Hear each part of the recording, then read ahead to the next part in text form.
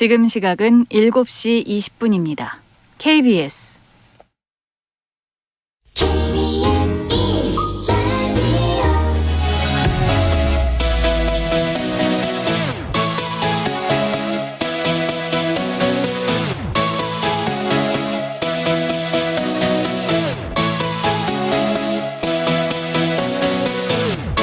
KBS 열린 토론.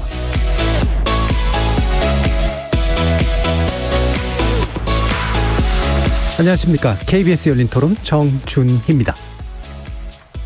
진짜 공익제보자는 보호가 돼야 될 거고 뭐 사회 정의를 위해서 해야 되겠죠. 조직과 어떤 대화를 하려고 노력할 것이고 정말 그게 안 된다면 마지막 수단으로 제보는 할 수 있지만 바로 제보하고 그것에 대한 어떤 결과를 바라진 않을 것 같아요. 제보자와 제보 받은 자의 갈등도 너무 커지고 그걸 제보한다고 해서 그게 온전히 바뀌지 않으니까. 다른 사람은 왜 가만히 있지? 그래서 그냥 내가 얘기하고 불이익도 내가 당하고 뭐 그런 사람만 하게 되죠. 그러면 이제 찍힌 사람은 계속 찍히고 그런 것 같아요. 아직까지는 우리나라가. 제도는 물론 있어야 되는데 진짜 바뀌려면 이런 것들이 문화로 자리 잡지 않으면 좋은 제도 아무리 세워봐야 지키지 않으면 아무 의미도 없는 거고, 공익제보라는 게 약간의 좋지 않은 시선으로 가지고 있는 이런 문화는 갑자기 뭐 확 바뀌지는 않을 거고. 공익제보자들은 반드시 보호를 받아야 된다고 생각은 돼요. 금액에 상당한 그런 퍼센티지로 이렇게 좀 했으면 하는, 공익제보라는 자체가 정의를 생각을 해서 제보를 하는 거기 때문에 그래야 좀 우리 사회에 좀 정의가 서지 않을까 그런 생각을 합니다. 거리에서 만나본 시민들의 목소리 어떻게 들으셨습니까? 오늘 KBS 열린 토론 주제는 우리 사회에서 조금씩 자리를 잡아가고는 있지만 여전히 갈 길이 먼 공익신고제도에 관련된 내용입니다. 며칠 전 알려진 소식 많이 들어보셨을 텐데요. 2016년 현대중형차의 엔진 결함 문제를 알린 내부 고발자 김광호 씨가 미국에서 300억 원에 가까운 포상금을 받기로 했다는 소식 전해졌죠. 해고는 물론 민형사상 소송에 시달리면서 생계까지 어려움에 빠졌던 김광호 씨에겐 무척 다행스러운 결과입니다. 하지만 이런 경우는 매우 드문 사례에 해당합니다. 용기를 낸 공익신고자들 대다수는 여전히 끔찍한 고난을 겪고 있기 마련이죠. 지난 2011년에 제정돼 시행돼 온 공익신고자 보호법이 올해로 만 10년째가 됐습니다. 여러 차례 법안 개정과 보완을 통해서 신고자 보호와 불이익 최소화를 위해 노력해왔다고는 하지만 제보자가 감당해야 할 희생이 큰 것은 엄연한 사실입니다. 오늘 KBS 열린 토론에서는 공익신고자 보호법 시행 10년, 우리의 공익신고자 보호제도의 현황 짚어보고요. 공익 목적의 제보를 활성화하기 위한 방법은 무엇인지 모색해보는 시간 갖도록 하겠습니다. KBS 열린 토론은 여러분이 주인공입니다. 문자로 참여하실 분은 샵 9730으로 의견 남겨주십시오. 단문은 50원, 장문은 100원의 정보 이용료가 붙습니다. KBS 모바일 콩, 트위터 계정 KBS 오픈, 그리고 유튜브를 통해서도 무료로 참여하실 수 있습니다. 또 이제 콩에서도 보이는 라디오로 만나실 수 있습니다. 시민 논객 여러분의 뜨거운 참여 기다리겠습니다. KBS 열린 토론 지금부터 출발합니다. 살아있습니다. 토론이 살아있습니다. 살아있는 토론, KBS 열린 토론. 토론은 라디오가 진짜입니다. 진짜 토론, KBS 열린 토론.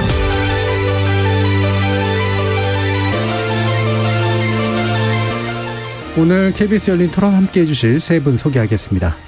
먼저 앞서 얘기한 공익신고 사례 당사자이시죠? 김광호 호루라기 재단 이사 나오셨습니다.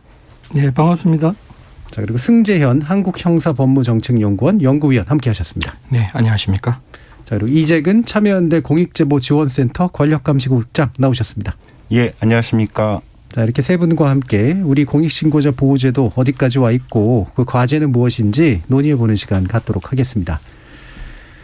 자, 제가 이제 그 앞에 좀 길게 소개를 드리긴 했습니다만, 김광호 이사님은 직접 경험도 하셨고, 재벌자식이 아니면 우리나라에서 공익신고를 하지 말라는 얘기를 하셨다고 들었어요. 네, 그렇습니다. 경험자로서 일단 현재 상황 총평을 좀 해주시면 어떠신가요? 예, 조금 전에 사회자분께서 말씀하시기를 드문 케이스라고 말씀하셨는데요. 유일한 케이스입니다. 예. 예, 제가 알고 있는 유일한 케이스고, 과거 이런 사례가 없었고 앞으로 10년 정도에 이런 사례는 없을 것이다. 제가 자신 있게 말씀드릴 수가 있습니다. 네. 제가 겪었던 내용들을 사례들 말씀드리면은 그 내용들이 이해가시지 않을까 고려 싶습니다. 예. 제가 2016년 8월 달에 미국에서부터 그리고 10월 달에 국내 언론에도 이 문제를 해결하기 위해서 백방으로 제보를 했었고 지금 5년 3개월 1928일째 지난주 화요일 날 11월 9일 날 최종 종결되는 거로 예. 미국에서 결론이 났습니다.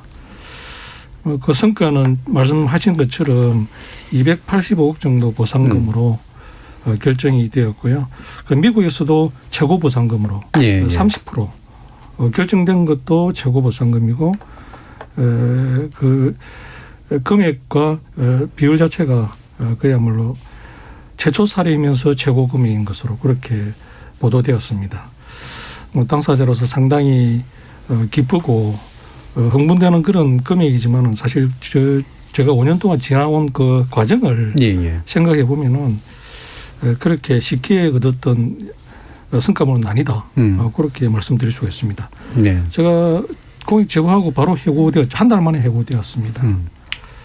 25년 정도 정상적으로 근무하다가 그야말로 대한민국에서 제일 잘 나가는 현대자동차 부장으로 근무하다가 어느 날 갑자기 회사 내부의 그 비리라 그럴까 불법 행위를 바로잡기 위해서 문제 제기를 했다가 한 달 만에 바로 해고되리라고는 각오는 했지만은 그렇게 쉽게 해고당할지는 몰랐죠. 그런 부분하고 동시에 형사 고소를 당했습니다. 상식적으로 생각하면 회사의 문제를 개선하기 위해서 내부 감사실에 문제 제기를 했고 뭐 그 결과를 기다리고 있는 이런 상황이었는데 뭐 그 갑자기 그 형사 고소까지 해고와 동시에 되어버리니까 이게 제가 어느 정도는 마음의 준비는 하고 있었지만은 이게 실제 상황이 되니까 정말 그 하늘이 무너지는 저도 가족들도 있고 정상적인 사회생활을 하는 그런 상황이었기 때문에 상당히 어려운 그런 입장이었습니다. 결과적으로 그런 문제들이 공익신고자 보호법에 의한 보호조치와 형사고소 관련해서는 검찰에서 거의 한 8개월 정도 풀로 조사를 했습니다마는 무혐의로 혐의 없음 증거불충분으로 그렇게 결정이 났고요. 그 이후에 현대자동차 책임자들은 고발이 되었죠. 재판에 지금 넘겨졌습니다. 지금도 재판을 받고 있고 지금 현재는 1심에서 현재에 넘어가가지고 헌재에서 지금 대기 상태로 그렇게 되고 있습니다. 그리고 뭐 보상금이 결과적으로 5년 후에 결정되어서 사실은 뭐 제 개인적으로는 상당한 성과를 거두었지만은 조금 전에 질문하신 우리나라 공익 신고 제도의 어떤 그런 문제점이나 그 현황에 대해서 종합적으로 보면은 사실 국내에서 제가 그 과정에 뭐 보상금도 2억 정도 받고 그 과정에 국민권익위원회에서 국민훈장도 이 건으로 해서 받고 어떻게 보면 최고 수혜를 많이 받은 거는 제가 뭐 100% 인정을 하고 해고도 또 무효로 그 해고 복직, 해고 무효, 원직 복직 그 결정을 받았기 때문에 상당히 그야말로 혜택을 많이 받았는데 결론적으로 말씀드리면은 복직 결정을 받았지만은 복직이 불가능한 그런 복직 결정이었고 그리고 보상금은 실제로는 3,400만 원 정도 보상금이 받을 수 있는 그런 조건이었는데 이게 시간이 너무 많이 걸리고 언제 나올지 모르니까 군익위에서 그런 보상금 형태로 국가 수익과 관계없이 당신의 공직을 인정해서 법정 상환 금액을 주겠다 해서 2억을 받았습니다. 그래서 그게 2억이 되었던 3,400만 원이 되었던 미국의 어떤 그런 제도와 비교해 보면은 사실 너무 많이 차이 나고 뭐 그런 것들을 감안해서 제가 뭐 회사 다닐 때 받았던 연봉이나 이런 생활 수준하고 비교해 보면은 좀 회사 잘리고 복지가 안 됐다는 그런 과정 하에서 2억 정도 받은 수입으로 제가 노후에 계속 생활해야 된다고 하면은 사실 저는 그 당시에 만약에 이런 조건 같았으면은 제보를 하기 힘들다. 지금 뭐 제보가 되어가지고 지금 이런 결과가 나왔지만 국내에서 이 문제를 해결해야만 한다면은 예. 이게 제가 제보를 과연 했을까. 그래서 지금 현재 제가 그때는 사실 공익신고자 보호법이 있는지 보호제도가 보상제도 어떤 건지 사실 모르고 시작했습니다. 예. 결론적으로 최종 결론은 만약에 다시 한다면 대한민국에서 공익신고자 보호법만 가지고 한다면 저는 절대 안 합니다. 왜 그러냐면 네. 저는 제가 공학도이기 때문에 산수 계산은 되게 좀 다릅니다. 뭐 어떻게 느끼실지는 예. 모르겠지만 뻔하게 셈이 나온단 말씀이시죠. 계산이라는 게 산수 계산은 뭐 쉽습니다. 그런 입장에서 보면은 어떻게 보면 너무 그 왜 돈 가지고 너무 따지느냐. 예.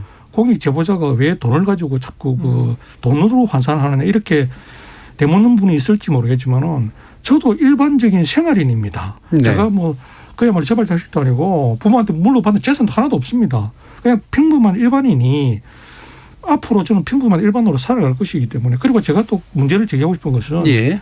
제 말고 다른 사람 또 일반인 또 얼마든지 제보를 할 수 있는 평범한 사람이 제보할 수 있는 이런 제도 예. 라인이지 특별한 그야말로 어느 정도의 그 재력을 가진 사람만 할 수 있는 이런 제도 같으면은 정말 이거는 문제 있다라고 해서 저는 문제 제기를 하는 것입니다. 예. 지금 생생한 어떤 경험담을 듣느라고 토론이기보다는 약간 대담 같은 그런 느낌이 들었는데요. 자, 이제 다른 분들께도 이제 이 사안에 대해서 좀 여쭤야 될 것 같아요. 지금 김강호 이사님께서 이제 거의 모든 문제를 다 얘기해 주신 거잖아요. 우리 제도 안에 있는 문제. 예를 들면 미국에서 이 정도 그 배상액을 받게 되는 그런 상태가 아니었으면 사실 쫄딱 망한 거나 마찬가지인. 네. 예, 그럼에도 불구하고 그게 그나마 굉장히 드물거나 유일한 사례에 가까웠던 이런 경우라는 게 과연 우리 제도의 현실에서 어떻게 이해돼야 되는가. 먼저 이대근 국장님 한번 좀 말씀 좀 부탁드릴까요? 예, 좀 우선 개념 정리가 좀 필요한 것 같은데요. 이제 공익제보란 말, 그다음에 부패신고, 공익신고 이렇게 여러 개념들이 쓰이는데 공공기관에 부패 행위를 신고하면 부패신고라고 부릅니다. 그다음에 공익침해 행위를 신고하면 공익신고. 그다음에 이 두 공익적 활동을 종합해서 공익제보라 부르고 있습니다. 이 말은 사실은 원래부터 있던 개념은 아니고요. 옛날에는 내부 고발이라고 했었죠. 이거를 이제 저희 참여연대에서 이 공익제보자들을 좀 더 사회적으로 칭송해야 한다. 이 사람들의 공익적 가치를 가진 사람들이라는 걸 호명을 해줘야 한다고 해가지고 이 공익제보자로 부르기 시작을 했습니다.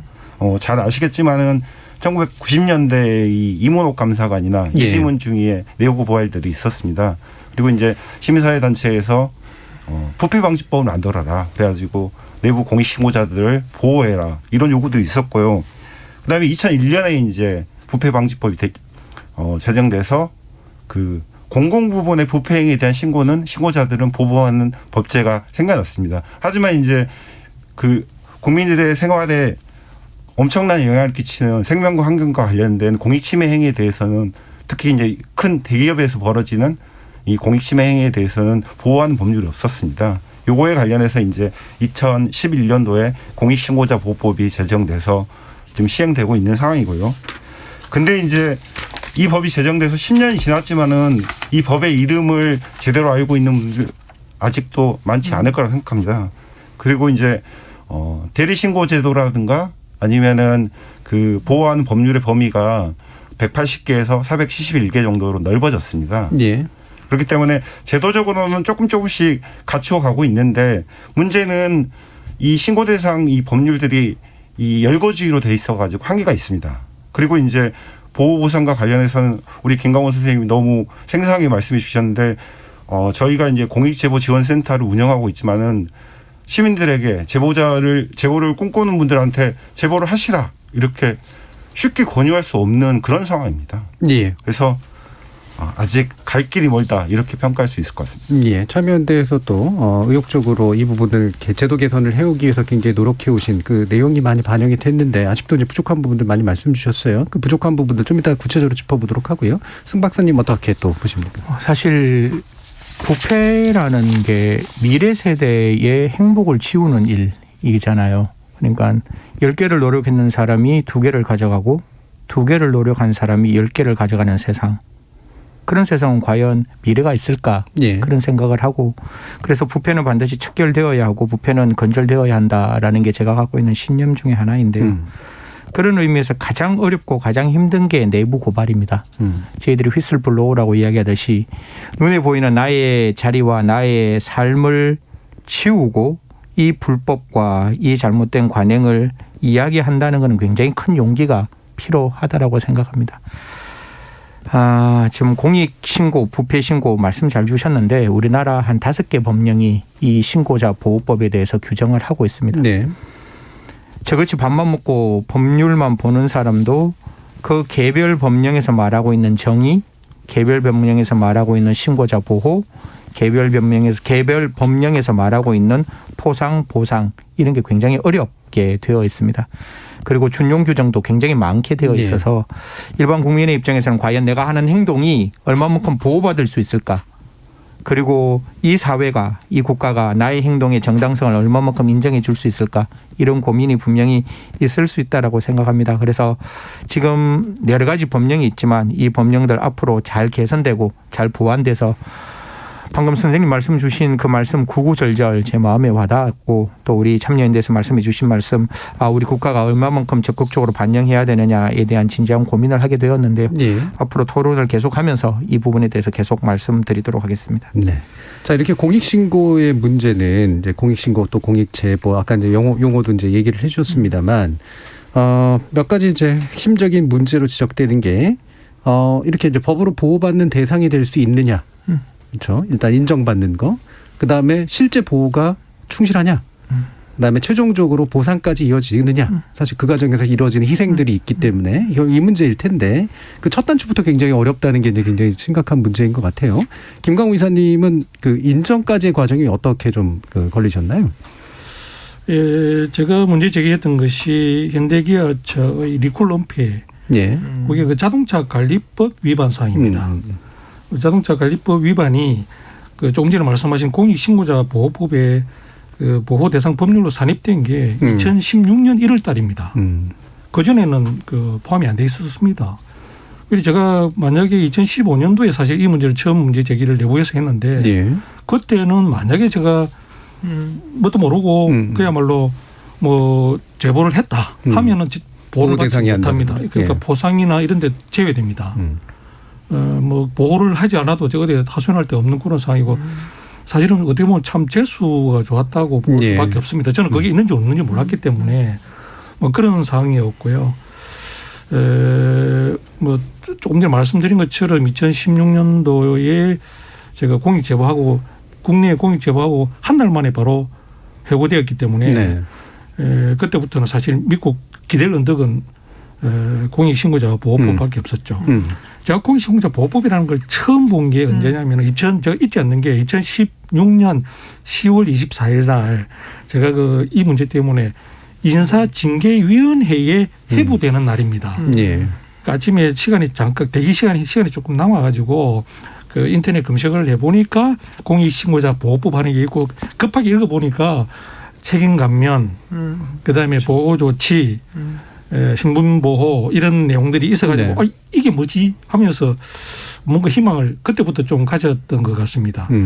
그러면서 그걸 봤으니까 제가 그 징계위원회에 가서 제가 했던 것은 공익제보고 공익제보는 법에 의해서 보호받는 걸로 저는 그렇게 알고 있는데 여기 법무실도 있고 당신들 변호사들 이 내용을 잘 알고 있을 건데 다른 사람도 아니고 공익제보를 가지고 저를 해고하면 어떡하느냐 처벌하면 어떡하느냐 그렇게 사실은 저는 따졌는데 뭐 결과는 뭐 어차피 한 일주일 만에 해고로 바로 떨어졌고요.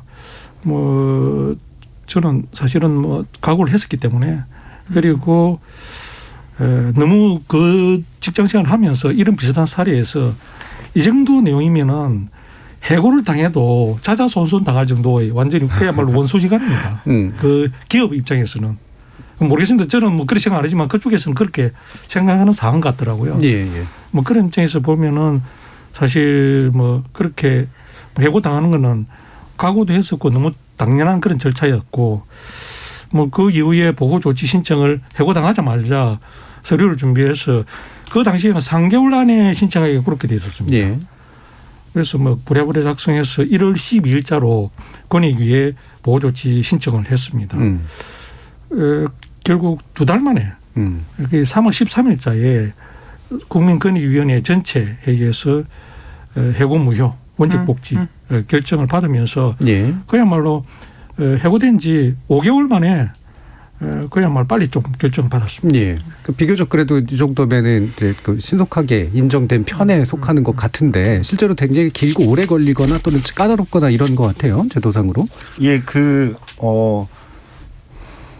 이 공익침해 행위라는 것들을 신고를 하고 하면은 바로 이제 신고 행위 자체가 이제 공익신고를 의미합니다. 그러니까 예. 공익신고자들을 인정하는 절차가 따로 있는 건 아니고요. 다만 이제 국민권익위원회에서 이 사람을 보호 대상으로 할 것이냐. 이걸 위해서는 이제 이 사람의 제보가 진실한 것인지, 그다음에 다른 의도는 없는지, 그다음에 이제 그 보호할 만한 가치가 있는 건지, 보호할 수 있는 요건들을 갖췄는지 그 절차를 따지는 것들이 있는데 이 절차 따지는 기간들이 너무 오래 걸리는 게 문제입니다. 예. 실제로는 평균적으로 한 120일 정도 걸리는 것 같고요. 이 김광원 선생님처럼 2달 만에 나온 경우는 상당히 빨리 나온 경우라고 볼 수 있을 것 같습니다. 예. 그러니까 이게 이제 길어지면 길어질수록 또 불안해지기도 하고 불이익을 가능성도 높아지고 신분 노출 뭐 더 크게 되고 이런 식의 문제들이 이제 커질 텐데 물론 여러 가지 이유는 있겠죠. 이제 이걸 까다롭게 한 이유는. 근데 이제 대표적으로 최근 경우도 보면 이제 조성은 씨 같은 경우가 이 보호 대상이 되느냐 안 되느냐 논쟁이 좀 있었잖아요. 승철 의원님 것 좀 해설해 주시죠. 사실 이 부분에 대해서 여러 가지 생각들이 제 마음속에 교차하고 있는데요. 가장 중요한 거는 아까 제가 우리 참여연대 쪽에서도 말씀 주신 바와 같이 저도 470개 정도 되는 법령을 다 못 외워요. 그러니까 누가 저한테 물어보는 거예요. 이 공익신고 대상이 되느냐고 물어보면 법령을 찾아서 들어가야 되는데 이게 별표에 붙어 있어요. 별표에 붙어 있으니까 이거를 그냥 이렇게 쭉 올리면 가나다 순으로 되어 있더라도 사실 그게 굉장히 찾아보기 어려워서 그걸 한글로 텍스트 파일로 받아서 찾아보기로 들어가서 결국 찾아볼 수밖에 없는 검색해서 찾아볼 수밖에 없는 상황이고 사실 이거를 방금 말씀 주신 대로 같이 열거로 갈 거냐 아니면 포괄로 해서 그냥 다 공익신고로 갈 거냐에 대해서는 아직 뭐 여러 가지 학설에서도 여러 가지 학계에서도 논의가 지금 진행 중인 것이고 공익신고자를 가장 강력하게 보호하기 위해서는 여러 가지 법령들에 관계없이 모든 공익신고를 보호해야 되지 않느냐라는 어떤 입장도 굉장히 강력한 주장 중에 하나라고 봅니다. 또 두 번째 방금 말씀 주신 대로 공익신고를 하는 거와 공익신고자로 보호받는 게 이분법적 구조로 되어 있어요. 그렇죠. 그러니까 제가 공익신고를 이제 하면 공익신고를 하는 순간 저는 공익신고가 됐다라고 생각하는데 공익신고하고 난 다음에 저를 파면해요. 파면하면 이건 무슨 일이지? 그럼 난 공익신고인데 난 어떻게 보호를 받아? 라고 해서 권익위원회 나 공익신고자로서 그 보호 조치를 좀 해주세요. 라고 이야기를 하고 저 권익위원회에서 최종적으로 공익신고자고 보호 조치가 내려져야 사실상 공익신고자로서의 모든 혜택을 받을 수 있는 거거든요. 그래서 신고를 하자마자 공익신고자 보호 조치가 잘 이루어지지 않는다는 점, 뭐 요거는 법령에 굉장히 좀 이렇게 복잡한 면이 있어서 좀 간단하게 설명드리고 이제 마지막에는 권익 신고를 할 수 있는 기관들이 이제 사법기관, 그리고 국회, 그다음 권익위에 이제 신고를 할 수 있는데, 이게 만약에 수사기관에 신고를 하면 수사기관에서 이렇게 그 불법 행위를 이렇게 들여다 보면 되는데 이게 권익위에 신고를 하면 권익위에서 신고를 받아서 그 권익위에서 다시 수사기관으로 내려보내요. 그럼 수사기관에서 수사를 하고 다시 권익위에 이제 판단해 주는 이런 어떤 과정이기 때문에 사실 공익신고를 조금 하는 이제 공익신고를 하시는 분의 입장에서는 굳이 권익위에 신고하지 않고 바로 수사기관에 신고하는 게 훨씬 더 유리하다라는 생각을 가질 수밖에 없는데 사실 공익신고의 주무부서는 권익위원회거든요. 그렇게 보면 권익위원회가 조금 더 적극적으로 이 부분에 대해서 들여다볼 수 있는 제도적 환경을 만들어야 되지 않느냐. 사실 주무부서에서 그 내용을 다른 부서나 다른 부처에 옮긴다는 것도 저는 조금 어색한 부분이고 이거는 권익위에서 생각해야 되고 고민해야 되고 나아갈 방향이지만 권익위 자체도 건감위에서도 특사경이 있듯이 권익위 안에서도 조사하는 부서에 대해서 어떤 특별사법경찰권을 좀 줘야 되는 거 아니냐. 그래서 권익위 신고했는 사람은 권익위 쪽에서 들여다볼 수 있는 그런 어떤 법적 제도도 만들어야 할 필요가 있는 거 아닌가. 그리고 뿐만 아니라 지금 참여연대에서 와가 계시는데요. 어떻게 보면 국가기관에 신고를 하면 국가기관 편이라는 오해를 받을 수 있잖아요. 아까 의사들이 의사에게 신고를 하면 의사들이 과연 정말 객관적으로 바라볼 수 있을까? 자기들이 이기주의 때문에 언론에서 문제 발생하면 언론에 신고하면 과연 언론인들이 그걸 제대로 봐줄 수 있을까? 이거와 동일하게 국가의 문제가 발생했는데 국가기관에 신고를 하면 과연 국가가 제대로 들여다볼 수 있을까? 그래서 저는 객관적이고 공정한 시민사회에서도 이런 공익신고를 조금 받아서 들여다볼 수 있는, 적어도 이게 공익신고가 되는지 안 되는지는 그걸 들여다보고 국가기관에, 왜냐하면 수사의 그 능력, 그러니까 권한이 없으니까 그건 넘겨준다 할지라도 끝까지 모니터링을 할 수 있는, 적어도 이게 공익신고로서 제대로 공익신고자가 보호될 수 있느냐에 대한 모니터링 할 수 있는, 신고를 받을 수 있는 기관으로서의 어떤 기관 확대 정도는 필요하지 않느냐. 이건 조심스럽게 제 개인적인 주장을 알겠습니다. 말씀드리겠습니다. 지금 마침 또 이제 권익위원회에 정혜영 보호부상과장님 연결해서요, 관련된 이야기 좀 들어보려고 하거든요. 주무부처인 국민권익입니다. 안녕하세요. 예, 안녕하세요. 예. 자, 공익신고자 보호법 시행 이제 만 10년 됐고요. 이제 주무부처인 관점에서 이 공익신고 제도 많이 활성화됐고 좀 나아졌다 이렇게 보시는지요? 예. 지난 10년 동안 공익신고자 보호법에 따라서 보호받을 수 있는 그 범위가 많이 확대되어 왔습니다. 10년 전에 제정할 당시에는 대상 법률이 180개 정도였는데 지금은 471개까지 법률도 많이 확대가 되었고요. 공익신고자 신분을 공개하지 않는 처벌이라든지 또 변호사를 통해서 익명으로도 신고할 수 있는 제도도 도입했습니다. 그래서 신고자 신분 노출을 원천적으로 차단하기 위해서 제도도 많이 강화해 왔고요. 그리고 긴급 구조금을 지급하고 징벌적 손해배상을 하게 하는 제도도 도입했고요. 그리고 불이익을 준 자에 대해서 처벌을 강화하고 또 보호조치를 결정하지 않는 자에 대해서 이행 강제금을 부과하는 제도도 도입하였습니다. 공익신고 제도에 대한 인지도도 17년에 30%까지 였는데 지금 20년에 조사한 것은 저희가 49%까지 많이 국민들께서도 공익신고 보호제도에 대해서 많이 이제 인지를 하고 계시고요. 공익신고 건수도 시행하던 당시에 월 한 3만 건 수준에서 작년 같은 경우에는 약 월 한 30만 건 수준으로 공익신고의 양도 10배 가까이 많이 성장을 하였습니다. 예. 자, 그러면 이제 많이 이제 나아진 측면들은 분명히 인정해야 될 것 같은데, 그럼에도 불구하고 이제 여전히 부족한 부분은 법의 문제일 수도 있고 실행의 문제일 수도 있고 여러 가지 한계일 수도 있고 이제 그러긴 하겠습니다만, 가장 중요하게는 아무래도 이제 신고자 보호 문제 아니겠습니까? 이 신고자 보호 부분에서 혹시라도 이게 좀 빈 구석이 있거나 어려움이 있거나 이런 것들이 어떤 게 있나요? 그래서 저희가 10년 지나면서 이제 잘 모르시는 부분들은 어느 정도 많이 개선이 되었는데요. 예. 예.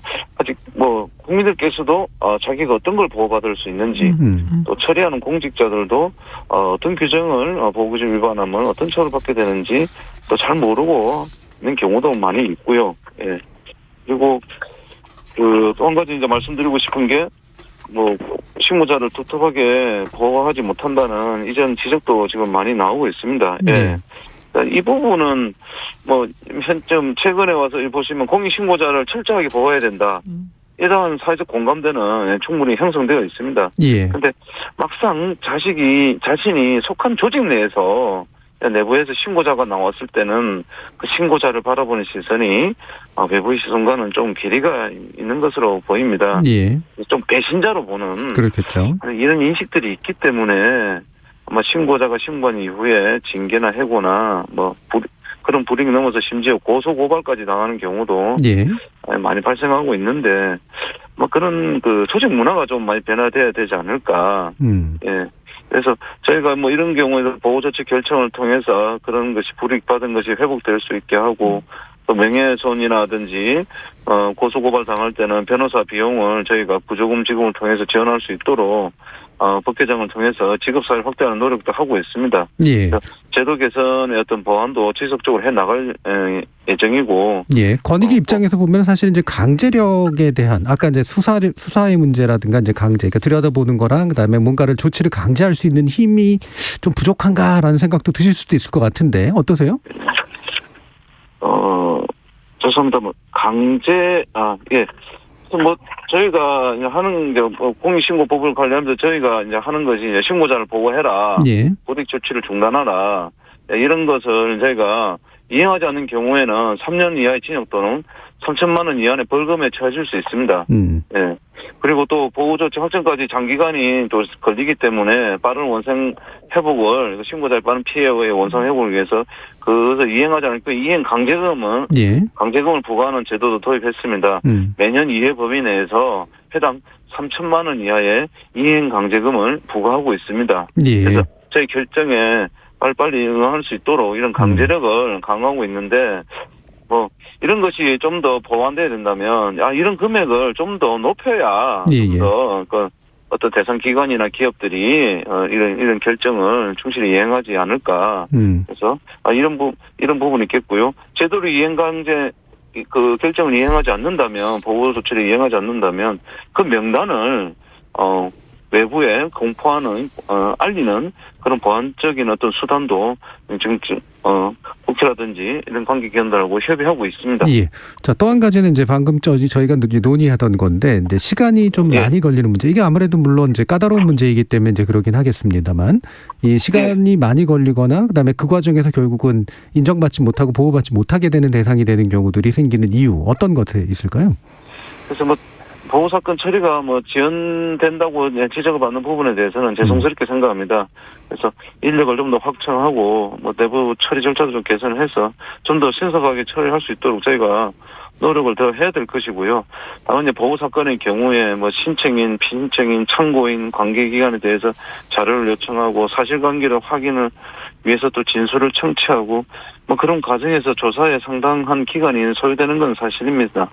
또 저희가 보호 결정을 하더라도 불복하는 소송도 지금 굉장히 늘어나고 있어서 저희가 좀 더 전문성이나 법리 완벽성이 요구된다는 그 특징이 있기 때문에 이런 문제는 감안할 필요가 있습니다. 그래서 무엇보다도 신고자가 불이익 받는 상황이 저희가 결정할 때까지 지속되지 않도록 우선 먼저 보호를 한 다음에 그 요건을 검토해서 신고자가 아닌지 판단을 하도록 선보호 후조치 이런 게 지금 그렇게 좀 개선하는 법안이 현재 국회에 계류되어 있습니다.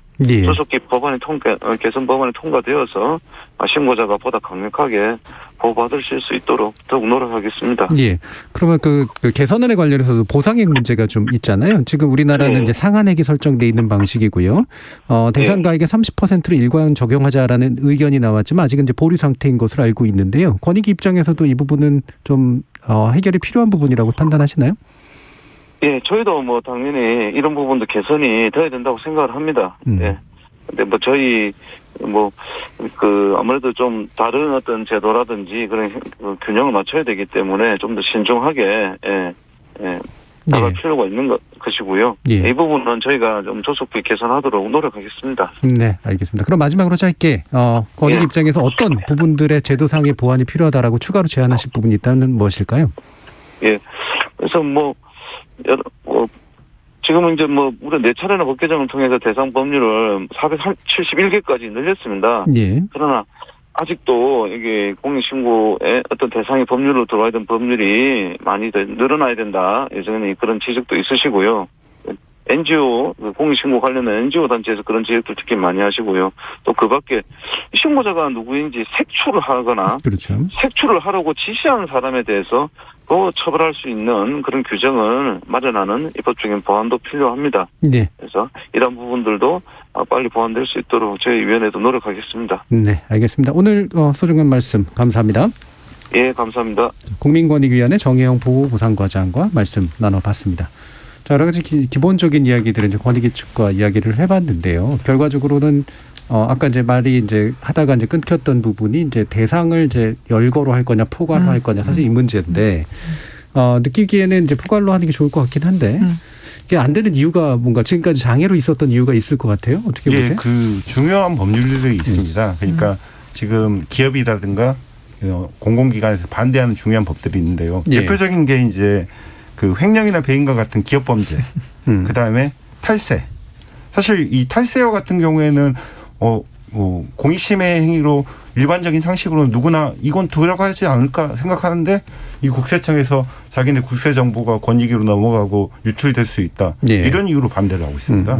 그리고 이제 기업이나 이런 데서는 이런 기업 범죄들은 이런 것들이 이 공익침해, 공익 침해 행위로 규정되면은 자기들의 이 그 기업 이익들이 훼손될까 봐 이렇게 예. 엄청 반대하고 있는 거죠. 근데 이런 식으로 해가지고는 공익 침해 행위 공익 신고자들 보호할 수 없고요. 제가 볼 때는 최소한 외부에서는 모르지만은 내부자가 신고하는 경우에는 법령 위반, 이 부패 신고는 지금 포괄주의로 하고 있거든요. 네네. 마찬가지로 내부 신고에 한해서는 이 포괄주의를 도입할 필요가 있다고 생각합니다. 적어도 내부 신고하는 선은. 자, 그러면 지금 김광우 이사님은 그 경험하는 과정에서 이 법의 어떤 미비함, 그다음에 보호받지 못함 이런 것에 대한 느낌이 어떠셨는지 한번 여쭙고 싶은데, 또 특히 이제 미국하고 비교해봐가지고 이제 뭐 나름대로 느낌이 좀 있으실 것 같아요. 예, 공직법이 이제 보호와 보상 측면에서 나눠볼 수 있는 예, 것이고요. 미국과 당장에 비교할 수 있는 것은 사실 미국은 죄를 보호해 줄 수 없습니다. 그렇죠. 예. 보상 측면에서만 이야기할 수 있는데 보상이 우리나라에서는 그 벌금이나 어떤 과태료, 과징금 이런 형태로 국가의 수익이 발생되었을 때 그 수익의 공익신고자 보호법에서는 4에서 20%, 그다음에 부패방지법에서는 4에서 30%를 지불할 수 있도록 그렇게 돼 있는데, 그것도 또 뭐 그 심사위원회에서 심의를 거쳐가지고 결정되게 그렇게 돼 있습니다. 그런데 문제는 국내는 그 비율이 금액이 올라가면은 떨어집니다. 네, 인정 비율이. 예, 비율이 그러니까 금액이 만약에 정말 올라가면은 4%까지 떨어지는 것이죠. 예. 그 4%까지 돼 있기 때문에. 예.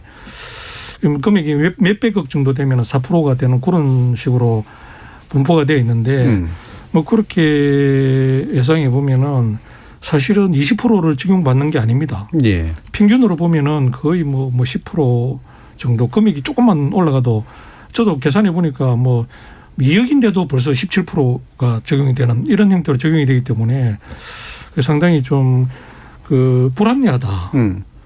그 4에서 20%의 결정하는 기준이 금액하고 그거하고 연관시킨다는 게 참 납득이 가지 않는다. 그런 측면이 있고, 그걸 단적으로 알 수 있는 게 다른 법령에는 정렬제로 되어 있는 게 많이 있더라고요. 기부금품법이나 저도 그 청년교육 강사 교육받으면서 보니까 다른 법령이 전부 다 이렇게 4에서 30% 이렇게 되어 있는 게 아닙니다. 우리나라 법령이. 여기 뭐 전문가들 많이 계시니까 나중에 뭐 말씀하시겠지만 저도 깜짝 놀랐습니다. 다른 데도 다 그렇게 되어 있어가지고 공익신고자 보호법만 정렬제로 하기가 어렵다라고 그렇게 저는 지난해에 거부되는 거로 그렇게 판단했었는데, 그게 아니고 다른 법령에 30% 된 게 많이 있습니다. 네. 있는데 그렇게 지금 우리는 운영하고 있고, 미국은 10에서 30% 그렇게 지금 규정되어 있는데, 그 10에서 30%라는 것이 금액하고 관계없이 기여도, 제보자의 기여도가 얼마 정도 되는지, 내부에서 이 문제를 제기를 했는지, 그다음에 내부 고발자, 내부 제보자인지, 이런 것들을 종합적으로 판단해서 10에서 30%, 저는 30% 인정받은 게 그야말로 그 공헌도, 기여도가 최고 단계로 그렇게 평가받아서 보상 금액이 그만큼 늘어난 것인데, 만약에 보상 금액이 30%에서 10% 만약에 그 비율이 떨어지면 3분의 1로 보상 금액이 줄어드는 것이거든요. 예. 상당히 좀 차이가 많이 나는 수도 있는데, 그렇지만은 그 금액하고는 관계없이 결정되더라. 그래서 저는 어떤 제가 미국에 직접 방문해서 제보를 했습니다. 나중에 이런 것까지 감안해서 성의를 보여야 되겠다. 어차피 취약행 공익 제보인데 네. 정말 성의를 보여서 이 문제를 조기에 최선의 결과로 종결짓겠다. 그런 각오로, 사실은 뭐 제 개인 비용으로 미국 가기가, 그것도 제 둘째 통역을 데리고 가기가 상당히 좀 부담스러웠지만은 이 정도는 감수하고 그야말로 최선을 다하자, 뭐 그렇게 했었고, 뭐 좀 전에 말씀드린 대로 보상 측면에서는 그 정도 차이 나기 때문에 좀 아까 조금 전에 그 군의위 담당자도 그쪽으로 좀 긍정적으로 검토는 한다 그랬습니다만 좀 빨리 가야 된다. 알겠습니다. 예. 자, 보상 문제로 해서 아주 가장 현격한 차이가 좀 일단 나고 있는 것 같긴 한데요. 저희 청취자들 의견 좀 더 들어보고요. 그다음에 이 관련된 문제 또 다른 전문가들의 견해 한번 여쭙도록 하겠습니다. 정의진 문자캐스터. 네, 지금까지 청취자 여러분이 보내주신 문자들 소개합니다. 4959님, 잘못된 시스템을 개선하려다 고초를 겪으신 김광호 선생님께 다시 한번 위로와 존경의 인사를 드립니다. 황운규님, 이번 김광호 씨 사례를 보고 국민들은 적어도 우리나라에는 공익신고하면 안 되는구나 하고 인식했을 겁니다. 최소한 미국 공익과 관련 있는 문제로 미국에 신고를 해야겠구나 하고 생각하지 않았을까요? 4222님, 과정이 어렵고 힘들었을 텐데 어떻게 제보를 하게 되셨는지 용기가 정말 대단하십니다. 이주영님, 제보자 신분이 드러나는 것 자체가 큰 병폐입니다. 제보자 신분 보호가 확보돼야 공익제보도 활성화되죠. 이성희님, 공익신고자는 뭐 아니면 도입니다. 모든 걸 다 잃거나 많은 걸 얻거나 둘 중 하나겠죠. 그만큼 큰 위험을 감수해야 하고 용기가 필요합니다. 유나래님, 공익을 침해하는 행위를 신고한 사람은 마땅히 보호해야 합니다. 국민 생활의 안정과 깨끗한 사회풍토 확립에 도움을 주기 때문입니다. 칭찬받아 마땅합니다 해주셨고요. 8648님, 권익위에서 얘기한 것처럼 사람들의 인식과 시선도 변화가 필요합니다. 내부 고발자가 장기적으로 보면 회사를 살리는 일을 한 겁니다. 당장 회사에 손해를 끼쳤다고 배신자로 바라보는 시선은 공익신고를 두려워하게 만들 뿐입니다 라고 보내주셨네요.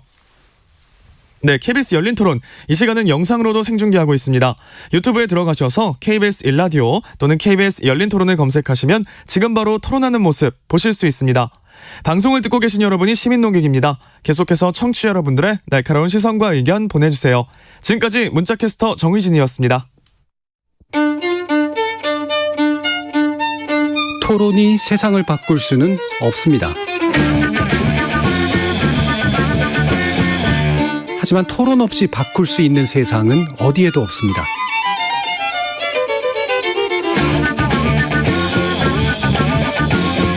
세상의 선한 변화를 갈망하는 당신.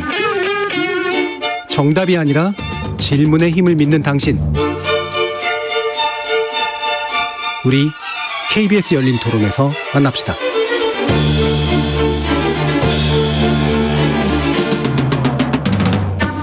KBS 열린 토론 공익신고자 보호제도에 대한 논의 이어가고 있는데요. 이재근 참여연대 공익제보지원센터 권력감식국장, 승재현 한국형사법무정책연구원 연구위원, 그리고 김광호 호루라기 재단 이사, 이렇게 세 분과 함께하고 있습니다.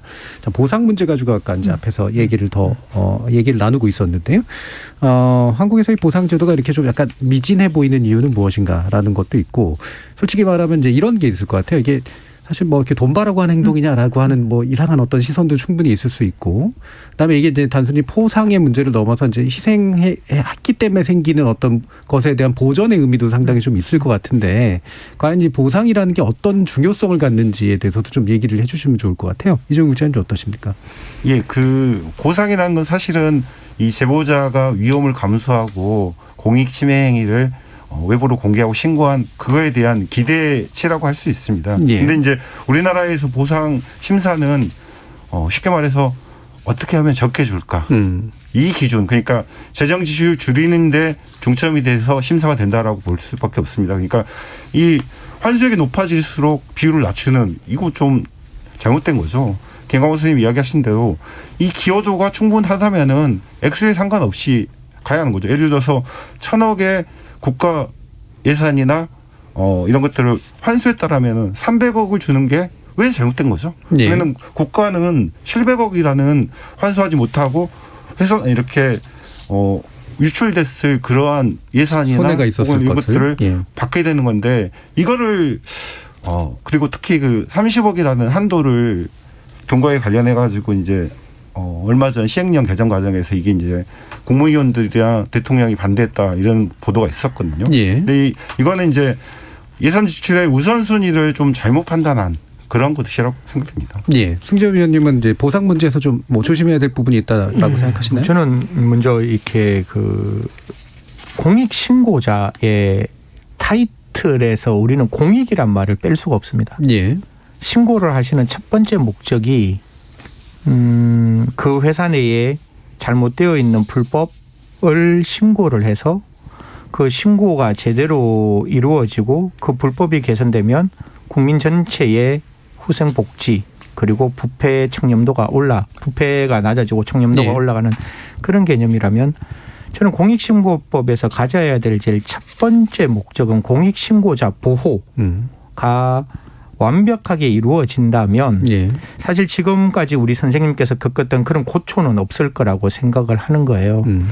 그리고 공익신고자 보호법이 지금은 꽤나 이렇게 탄탄하게 만들어져 있는 부분들이 있습니다. 신고를 하더라도 비실명 신고를 할 수도 있도록 만들었고, 그다음에 특정 강력 범죄 보호에 관한 내용과 같이 그 공익신고자를 보호할 수 있도록 만들었고, 공익신고자가 조금이라도 신분이 노출되면 강력하게 처벌하도록 만들었고, 그리고 공익신고자가 불이익을 받으면 그 불이익이 원상 회복될 수 있도록 그렇게 만들어 놓았어요. 물론 제가 공익신고자라 할지라도 이 모든 법이 부족하리라고 분명히 생각이 들지만 일단 법으로서는 최선을 다해서 보호하도록 만들어 놓았는데, 그다음에 이제 제가 고민하는 부분입니다. 뭐 두 분 선생님께 조금 죄송한 말씀인데, 공익신고자가 공익신고 포상금 혹은 보상금을 목적으로 신고를 하는 것은 아닌 듯해요. 다른 법률에서는 그 자체가 공익신고가 아니고 그 자체가 뭔가 다른 방향에서 만들어 놓은 또 하나의 어떤 수익을 그 사람이 이야기를 했기 때문에 가져갈 수 있는 부분인데,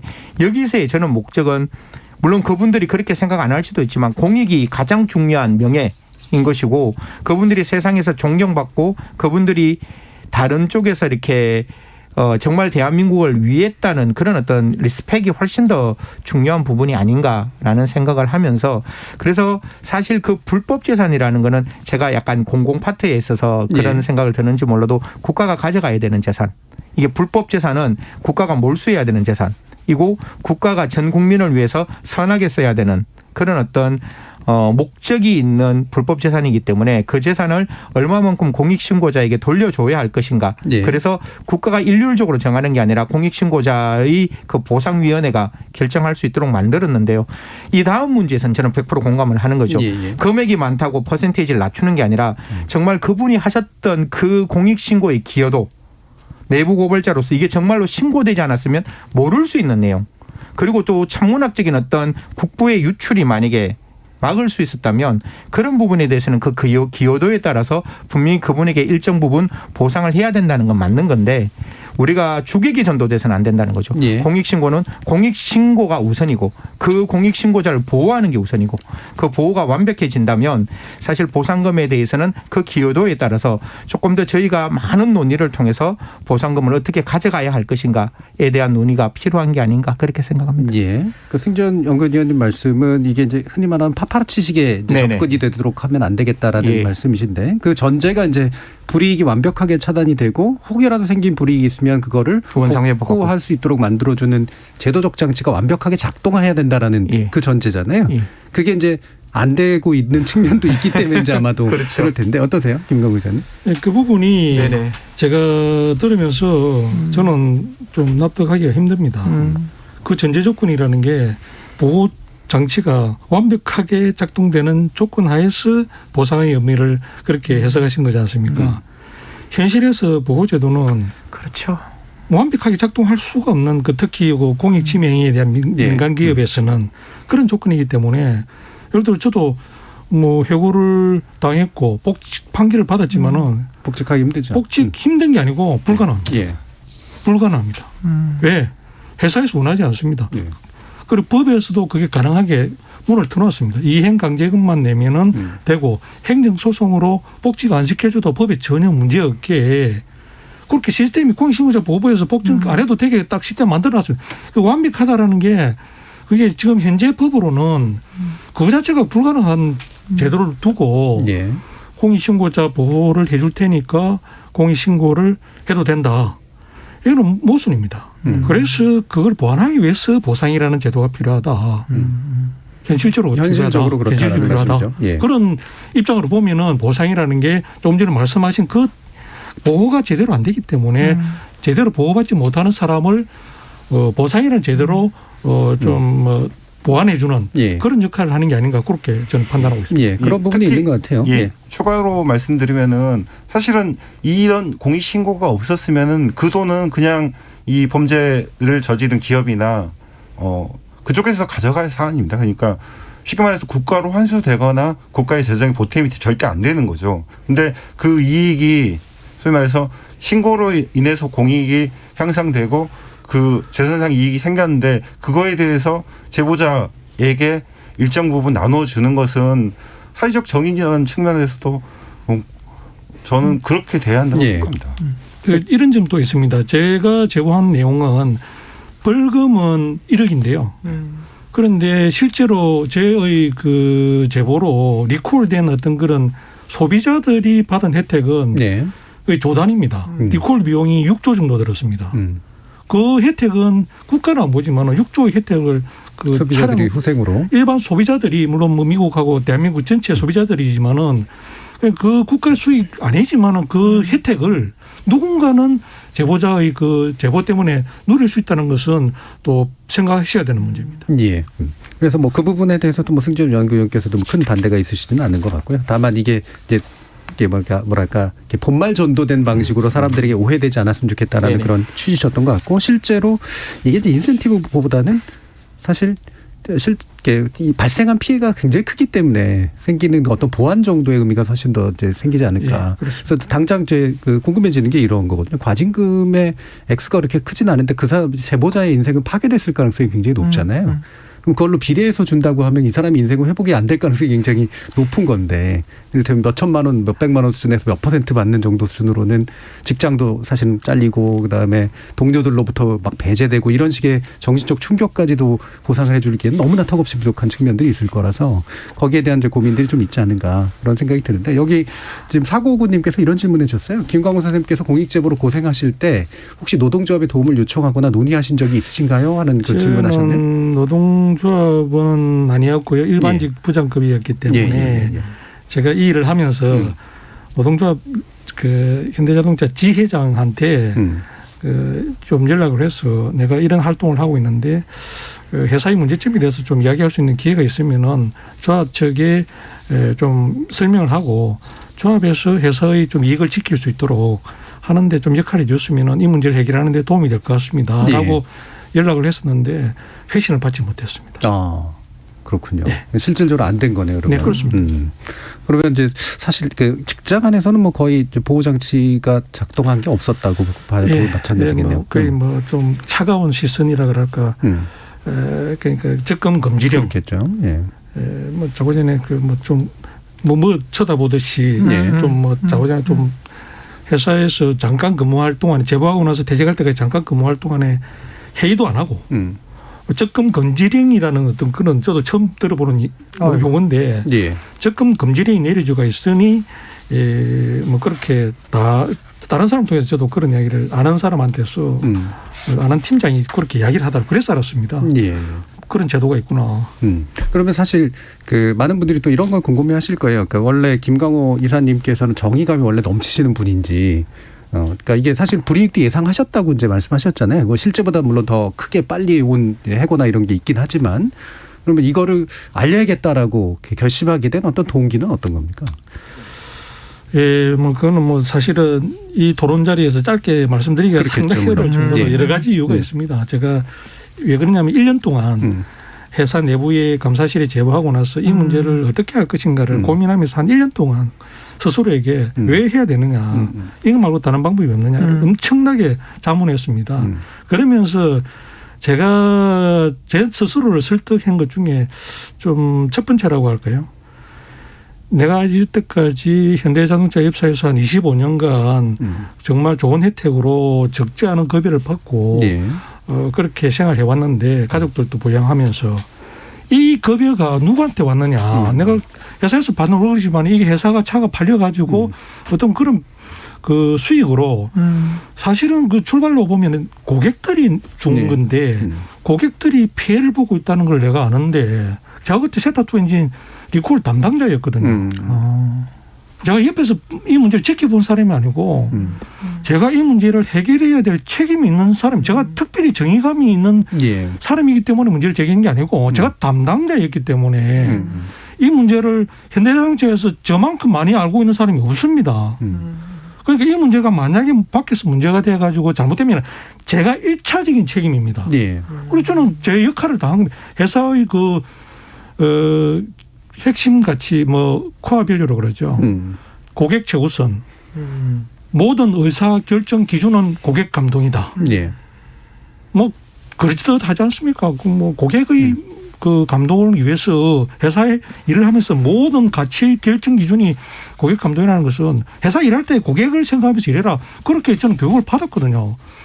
그렇게 교육을 받았고 뭐 그렇게 교육받은 대로 정말 품질 문제가 생겼고 이건 위험한 사항이기 때문에 뭐 일부 중간에 그 품질 책임자들이 뭐 자기 면피하기 위해서 여러 가지 이유로 뭐 안 했지만은 근데 그런 상황들을 감안했을 때 내가 책임자로서 이 문제를 간과할 수 없다. 그게 사실은 제일 컸던 것 같습니다. 예. 그걸 그렇게 저 스스로 잠을 내보니까 그게 맞는데 그게 맞는데 회사에서의 어떤 그런 그 저는 계산이 빠릅니다. 그 월급이라는 게 그게 제 논리가 어떻습니까? 맞습니다. 예. 뭐 그런 생각하니까 저는 쉽게 설득할 수 있었습니다. 자, 근데 이 부분이 이제 그 용기로 이제 이해돼야 되는 상황. 그건 그만큼 이제 저항 요인들이 많아서인데 이 회사 사실은 어떻게 보면 현대가 합리화되기 위한 방안을 사실은 제시한 거잖아요. 고객에게 제대로 된 서비스와 제품을 공급해야 된다라고 하는. 근데 이 부분이 이제 이렇게 강한 해고라든가 막 이후로 이제 소송이라든가 이렇게 이어지는 이유가 뭐라고 생각하세요, 이재용 국장님? 이게 뭐 일반적으로 또 많이 나오는 반응이잖아요. 이 조직들이. 예, 그 어쨌든 아까도 말씀드렸지만은 지금은 이제 뭐 공익 제보자라 부르지만은 예전에는 배신자, 조직 부적응자 이렇게 이야기를 했었습니다. 이렇게 이야기하면서 저 사람이 문제가 있지. 우리 회사에 문제가 있는 거 아니다. 괜히 내부에서 해결할 수 있는 문제를 외부로 공개해서 그리고 신고해서 회사와 조직에 위해를 끼친다. 이러한 이 인식 그리고 이제 뭐 예를 들어서 현대자동차 같은 경우에는 고객들의 안전과 생명이 제일 중요한 가치지 않습니까? 근데 그것보다도 당장의 회사가 물어야 할 리콜 비용 이걸 우선하게 생각한 거죠. 예. 그렇기 때문에 이런 공익침해 행위에 대해서 신고하는 사람들에 대해서는 사실 기업이 이 사람들을 보호하는 거는 저는 좀 어렵다고 생각하고요. 오히려 공공기관에서 특히 권익위 같은 데서 이렇게 중대한 민간의 공익침해 행위를 신고한 분들에 대해서는 재취업을 알선하고 예를 들어서 김광호 부장님께서 권익위원회에서 조사관으로 일을 하시면서 민간 기업의 공익침해 행위를 조사한다고 생각해 보십시오. 예. 잘하시겠죠. 잘하시겠죠. 저런 분들이 그런 역할들을 할 수 있도록 적극적으로 이렇게 공공기관에서 보호를 해야 합니다. 이거는 민간 기업에 맡겨놔갖고는 좀 해결할 수 없는 부분이라고 생각합니다. 사실 승진 위원님. 제가 이제 옛날에 우리가 흔히 말하는 부정청탁 방지법, 소위 말하는 김영란법을 이제 통과시킬 때 굉장히 저항이 많았어요. 과연 공공 섹터에서만 그렇게 청년 문화를 강조하는 게 맞냐? 아직 민간 영역에서는 전혀 트랜스페어런시, 청렴이라는 어떤 투명도가 안 났는데 이게 가능하냐라고 했을 때, 그때 제가 벌써 거의 한 10년 됐네요. 민간 영역에서의 청년 문화를 어떻게 확대할 것이냐에 대한 고민을 많이 했고, 그때 제가 생각했던 것 중에 하나가 컴플라이언스, 그러니까 준법윤리감시위원회가 좀 만들어져야 한다. 사실 이제 복직을 만약에 불이익이 그게 들키지 않아야 되는데, 저는 이제 선생님 말씀대로 만약에 들켰다면 분명히 불이익이 주어졌을 거고 불이익이 사후에 이제 보완될 거 아니에요. 권익위원회에서 이 사람 복직시켜라 그거 했을 때 복직을 시키더라도 그 말이 너무 저한테는 와닿는 거예요. 내가 복직해도 내가 갈 수 있는 데가 아무 데도 없고 모든 사람들은 나와 접근하지 않고 나만 어떻게 보면 하나의 투명 인간화 되어 있는 그런 어떤 상황에서 과연 어떤 사람이 견딜 수 있을까? 그 말에 정말 깊은 공감을 하는데요. 그럴 때일수록 저는 컴플라이언스라는 그 준법윤리감시위가 그 공익신고자가 복직했을 때 그 사람에게 불이익을 줄 때 그것들을 적극적으로 그 불이익을 주는 사람을 다시금 징계할 수 있고, 또 그 전에 공익신고자의 신분을 노출했는 사람을 정말 발본색원해서 그런 사람들을 더 징계를 주게 만들어서 결론적으로 공익신고자가 복직했을 때 그 공익신고자가 그 민간 영역에서도, 이것도 제가 굉장히 유토피아적 이상향을 말하는 듯한데 그럼에도 불구하고 그런 게 좀 만들어져야 되지 않느냐. 우리나라는 준법윤리감시위원회가 형식적으로 만들어져 있거든요. 저도 뭐 외부 감사를 조금 해봐서 느껴지는데 사실 그냥 외부에서 그냥 잠시 왔다 가는 손님으로 생각하지 그 사람이 진정으로 어떤 그 내부의 일을 지적할 때 받아들이지 않는 부분이 있으니까요. 이런 부분에 대해서도 좀 어떻게 국가가 외부에서 컴플라이언스가 제대로 돌아갈 수 있는지를 또 한번 검토하는 미국 같은 경우에는 예. 컴플라이언스가 제대로 돌아가는지를 검사들이 그러니까 퍼블릭 세트에 있는 검사들이 그걸 또 이렇게 스크리닝 모니터링을 하더라고요. 예. 그래서 그런 것들도 좀 이렇게 체크 앤 밸런스가 좀 이루어질 예. 수 있도록 했으면 좋겠다라는 말씀드리겠습니다. 그러니까 아까 이제 김광우 선생님 말씀을 이제 들어보면 아까 이제 감사실에 이제 하신 건데 결과적으로 해고를 이제 당하는 이제 그런 일이 겪으면 사실은 현대라는 데는 그러면 이걸 덮고 싶었던 거구나잖아요. 그러니까 결국 이 문제를 해결하려고 뭐 좋게 좋게 해결도 아니라 그냥 덮고 싶었던 것에 좀 더 가까운 것 같은데 지금 K6154님이 이런 질문하셨어요. 가정입니다만 만약에 회사가 감사실에 처음 제보한 내용을 받아들이고 시정에 나섰다면 어땠을까요? 이제 궁금해지네요. 그러는데 그런 가능성이 있었다고 좀 믿으시나요? 그런 가능성은 없었고 그렇게 안 됐죠. 예. 뭐 그렇게 안 됐기 때문에 그러면은 저는 뭐 다른 방법이 없으니까 밖에 나온 그렇죠. 거고요. 반대로 질문을 했을 때 감사실에서 받아들여 줬으면 난 어떻게 했을까? 네네. 저는 밖에 나갈 이유도 없고 그 밖에 명분이 없습니다. 감사실에서 감사하고 그렇죠. 그렇게 조치가 되면 되는데 사실 좀 더 솔직하게 말씀드리면은 좀 감사를 해서 하나는 좀 흉내라 그럴까. 예. 100%는 안 되더라도 그렇죠. 한 예. 50%라도 예. 우리 저 뭐 당신 뭐 예. 우리 회사 사정 잘 알지 않는 우리 수출해야 먹고 사는 나라인데 있는 그대로 해가지고는 좀 너무 비용 피해가 크다. 당신도 아니니까 적당한 선에서 좀 해야 된다. 안 그러면 우리 회사 망한다. 이런 식으로 뭐 설득이 들어올 거란 말이죠.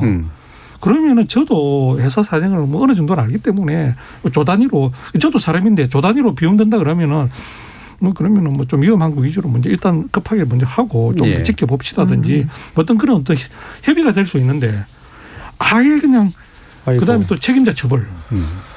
책임자 처벌도 뭐 해임이 아니더라도 뭐 그 징계가 여러 가지 있지 않습니까? 예. 예를 들어서 뭐 강력한 경고라도 해가지고 다시는 이런 짓 하지 마시오.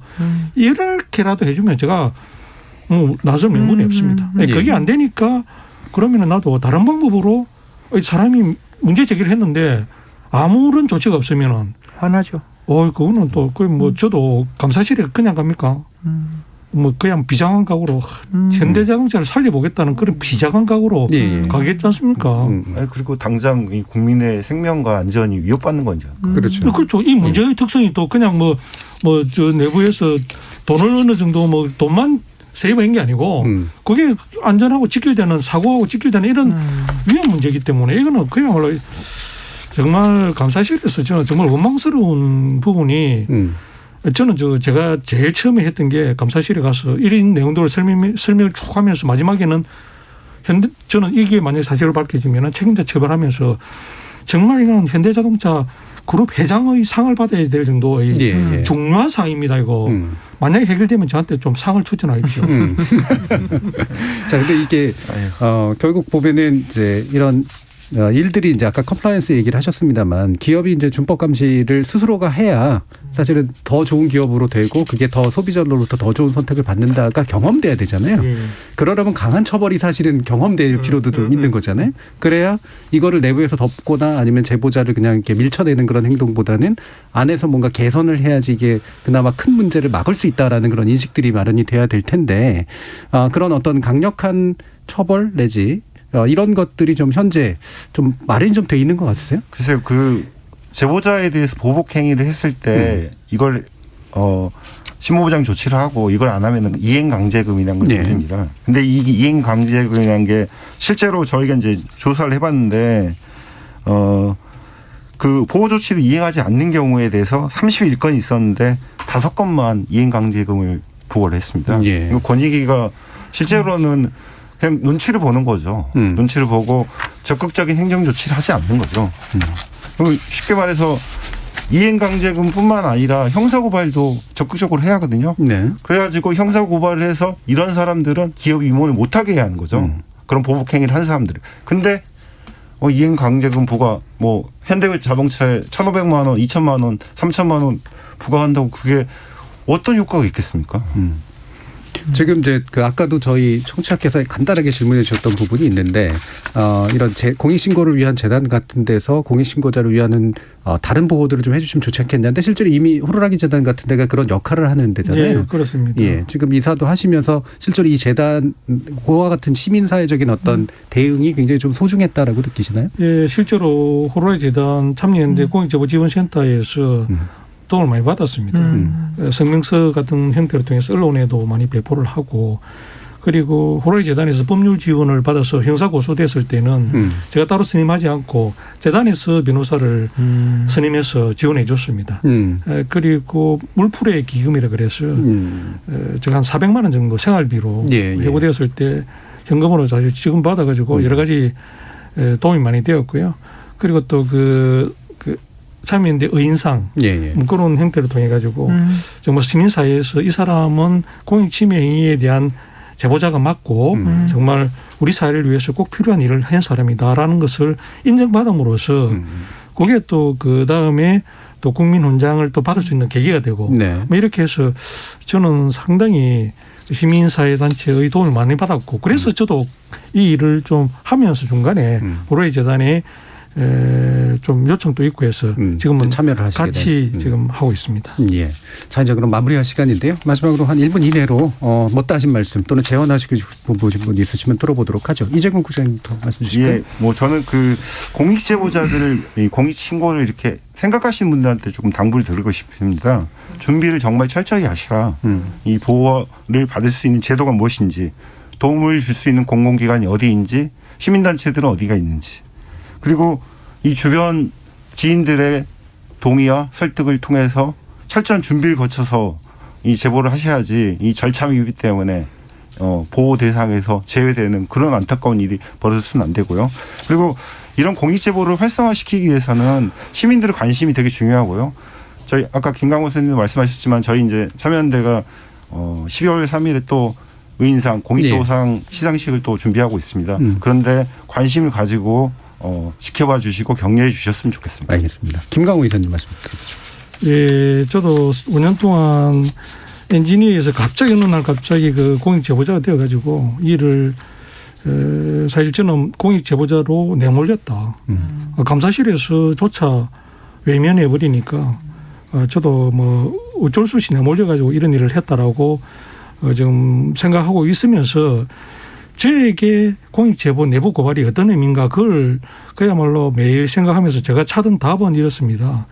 저에게 내부 고발이란 누군가는 해야 하지만 이 일에 뭐 목숨을 걸 만한 그런 가치가 없고 인생을 걸 만한 가치가 없으면은 다른 사람이 할 수 있도록 기회를 줘라. 그리고 그가 성공할 수 있도록 기도하라. 도와주고 기도하라.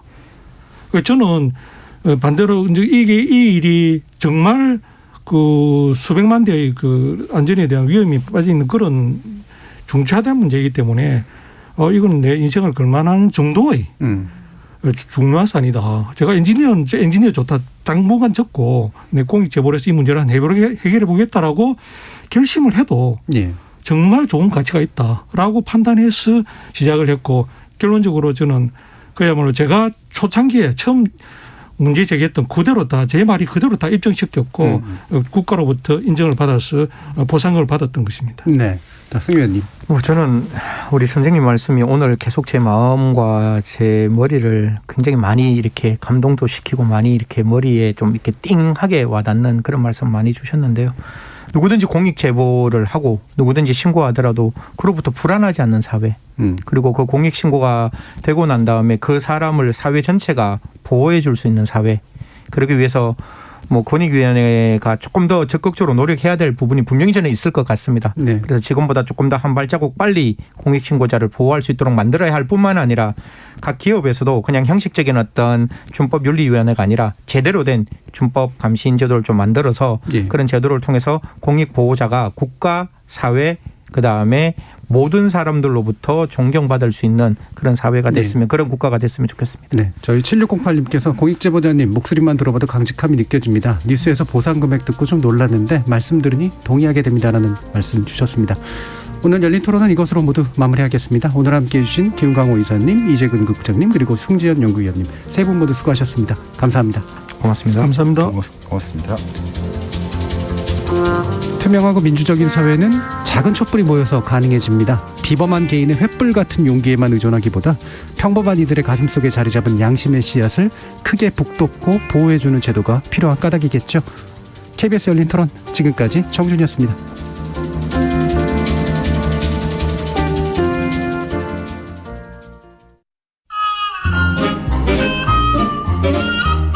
안녕하세요. 개그맨 박준영입니다. 11월부터 KBS에서 새로운 코미디 서바이벌 프로그램이 시작됩니다. 바로 개그로 승부하는 자들, 개승자. 그런데 김대희 씨, 개승자와 라디오랑 공통점이 그렇게 많다면서요? 시작부터 끝까지 시청자, 정치자와 함께 만들어가는 프로그램. 그 안에 희노애락도 듬뿍 담겨있고 일방통행이 아닌 쌍방향으로 소통하는 프로그램. 이 프로그램 잘 되면 뭐하겠노? 기분 좋다고 소고기 사 먹겠지. 시청자와 함께 만들어가는 개승자. 정치자와 소통하는 KBS 라디오. 둘 다 겁나게 앞으로 쭉 많이 사랑해주세요. 언제나 KBS, 당신 곁에 라디오. KBS는 여러분과 함께합니다. 대한민국 중심 채널